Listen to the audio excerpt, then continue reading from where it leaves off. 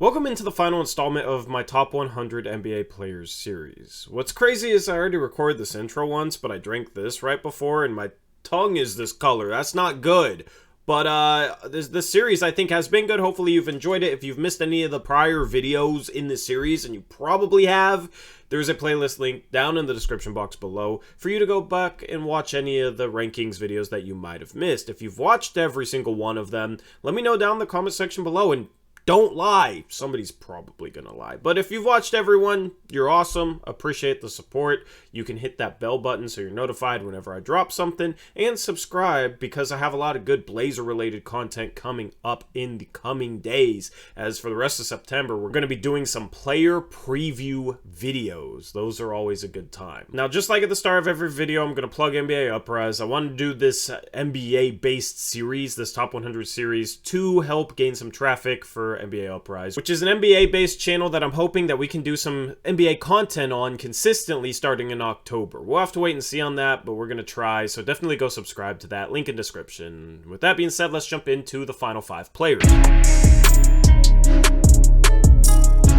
LeBron James is still going strong at 37 years of age. He will actually turn 38 this season, a season in which he might break the NBA's all-time leading points record. Last season was a lost season for the Los Angeles Lakers, where LeBron didn't have much help and he didn't make the playoffs. He had to try and carry the Lakers for numerous stretches, and he did the best job he could. He actually averaged a career-high 30.3 points per game, while averaging 8 rebounds and 6 assists, shooting 52% from the field, including 62% from 2 and 36% from 3. This was in 37 minutes a game, which is extremely impressive for a guy of his age to be able to play that amount of minutes and provide that level of production. He has become a little bit more injury prone the past couple of seasons where he's missed some time, and at some point you do expect LeBron to start seriously declining due to age. It'll be interesting to see when that happens, because right now he's still a very talented player, albeit not the best player in the league, but that's not a knock on him. There's just some exceptional talent in the NBA right now. Defensively, LeBron is not the same player he used to be. His effort on that end wanes at times, but you can't really fault him given his age and the amount of minutes he played last year. In the end, if you've paid any attention to basketball, you know what LeBron James is. A good athlete at 6'9" that can handle the ball exceptionally well, play any position on the court, make plays for others. He averaged 10 assists per game only a couple years ago, and then he can also score the ball, has great body control, is willing to create and absorb contact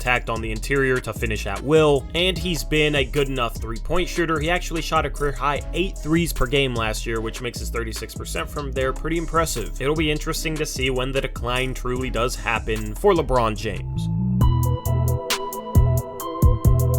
Kevin Durant saw a lot of turmoil this past offseason when he demanded a trade from the Brooklyn Nets and then rescinded that trade demand. At almost 34 years of age, though, Kevin Durant is still one of the most talented players in the league. Last year for the Brooklyn Nets, he averaged 30 points per game, 7.5 rebounds, and 6.5 assists, while shooting 52% from the field, including 57% from 2 and 38% from 3. He also shot an impressive 91% from the free throw line, which was a career high. He's one of the most efficient scorers in the league and can also make plays for others, and at 6'10", and some would argue he's a true 7-footer, Durant moves like a guard and pulls up like a guard, and his jump shot is basically unguardable. KD is able to operate with the confidence that he can get off his jumper anytime he wants in any sort of situation, and he's extremely comfortable shooting what seems like contested shots. Defensively, he's also turned himself into a good off-ball defender and a solid rim protector. He's not somebody that's going to lock you down on the ball, but his team defense is impressive, and after missing a season after suffering an Achilles tear in the 2019 finals, Kevin Durant has bounced back and is just like his old self. Given his age, it'll be interesting to see when he does truly start his decline, but given his size and skill level, he could have another good 5 years in him. It'll also be interesting to see if he remains in Brooklyn long term. We'll have to wait and see.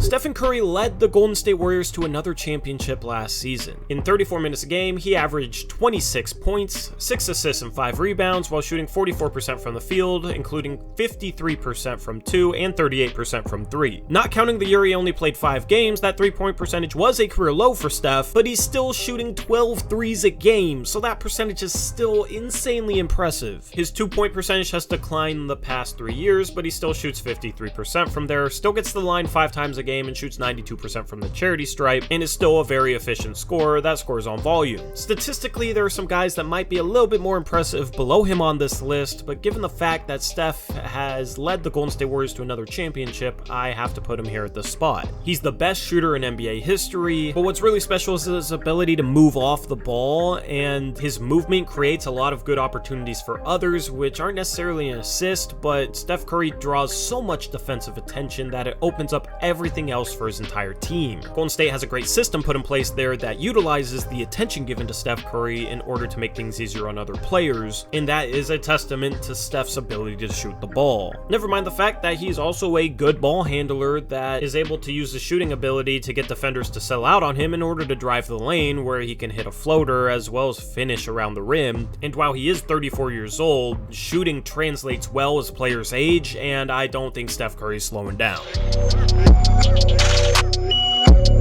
Nikola Jokic has won back-to-back MVPs, becoming the most skilled center in NBA history. Last season for the Denver Nuggets, he averaged 27 points per game, 14 rebounds, and 8 assists, which is an absolutely ridiculous stat line. He did this playing 33.5 minutes per game while shooting 58% from the field, including 65% from 2 and 34% from 3. He's a good enough three-point shooter that you have to respect it and step out on him, and then he can put the ball on the floor and attack the rim. He's not quick, but he's a good enough ball handler and good enough with his body and crafty enough to be able to make it so that doesn't matter. He's extremely strong, and he's certainly capable as a scorer. You don't just average 27 points per game on a true shooting percentage of 66%, but the most impressive part of his game could be his passing, where he's the best passing center ever and has a level of court vision, passing accuracy, and creativeness that is absolutely insane to see from a 7-footer. He has an extremely high release point on his shot, given his size. You can't block it, and he uses that well in the mid-range. And with the Denver Nuggets team that will be healthier next season, it'll be interesting to see if Jokic can finally get them over the top. At only 27 years of age, Jokic has many good years ahead of him.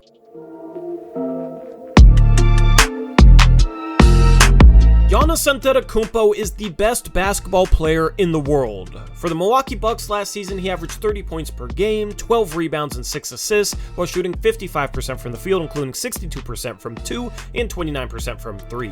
He's never quite developed as a three-point shooter, but that doesn't matter because he is a freak of nature. That's why they call him the Greek Freak. At 6'11", Giannis moves in ways that defy logic. He has really good footwork, is extremely quick for his size, and possesses a high level of ball handling ability, and he varies the way he attacks the rim a lot of times and is able to use his body and his length in order to get buckets at will in the paint. Given the fact that he's almost unstoppable when he has a head of steam and going downhill, he gets fouled a lot, and he went to the free throw line 11 times a game last year where he shot a solid 72%. So the only answer is to pack the paint and send multiple defenders his way, and he's shown that he makes the right decisions in those situations as he's a very capable passer. And then on the defensive end, he's one of the best defensive players in the game, using his length and athletic gifts to be a disruptor on that end. Giannis's combination of physical dominance, athletic dominance, size, length, as well as skill level in terms of his ball handling ability, passing ability, finishing ability, and everything else makes him, in my opinion, the best player in the league going into next year. And at only 27 years of age, he still has time to add a three-point ball, and if Giannis ever becomes a consistent three-point shooting threat, that would make a guy who's already unguardable even more unguardable,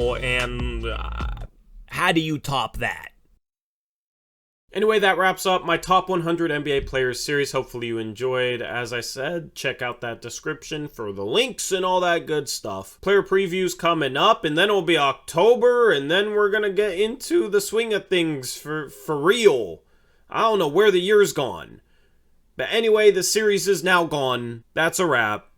Until next time, as always, peace out. Go Blazers.